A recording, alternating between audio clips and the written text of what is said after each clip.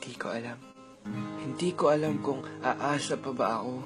Hindi ko alam kung susuko na ba ako at kung ilalaban pa ba kita o hindi na. Hindi ko alam. Hindi ko alam kung anong tama sa dalawa. Hindi ko alam kung tama ba na ipaglaban pa kita o palayain na yung sarili ko sa'yo. Gabi-gabi ko naiisip at nababalikan ng mga sugat na iniwan mo. Mga sugat na nagpatigas na puso ko. Sugat na hindi pa rin humihilom. Pagluha ang tangi kong nagagawa sa tuwing naaalala ko ang dating tayo. Tayo na minsan ay naging isa. Tayo na ngayon ay tapos na. Eto, patuloy ako na naglalakad mag-isa na iniisip ko na sapat na ba ang mga sakit para limutin ka na at bitawan ka na at tanggapin na lang ang mga masasayang alaala kasama ka ay sadyang alaala na lang talaga. Nakakapagod na. Nakakasawa rin palang lumuha. Nakakasawa rin palang masaktan at nakakasawa ka rin palang mahalin kasi nakakapagod ka. Kaya patawad.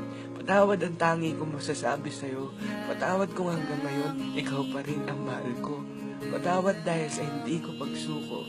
Patawad sa pananatili ko. Mahal kita, kaya pinapalaya na kita.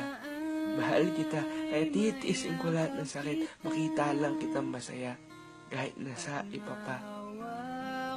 Mahal kita, oo, pero siguro, oras na parang sarili ko naman ang unahin ko.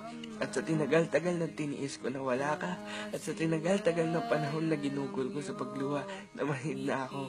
Namanhid na ang puso ko hanggang sa wala na akong madama. At sa tinagal-tagal na tiniis ko na wala ka, ang hirap tanggapin na tapos na at wala na. Nasanay na ako. Nasabi ko na lang isang beses paggising ko sa sarili ko na sa wakas, hindi na kasing sakit ng dati. Sa wakas, hindi na ako lumuluha gabi-gabi. At sa wakas, naalimot na ako unti-unti pero may sakit pa. May sakit pa kasi may katotohanan at ang katotohanan ay mahal pa rin kita. Mahal kita pero huwag kang mag-alala. Huwag kang mag-alala kasi tapos na ako sa pagpapakatanga.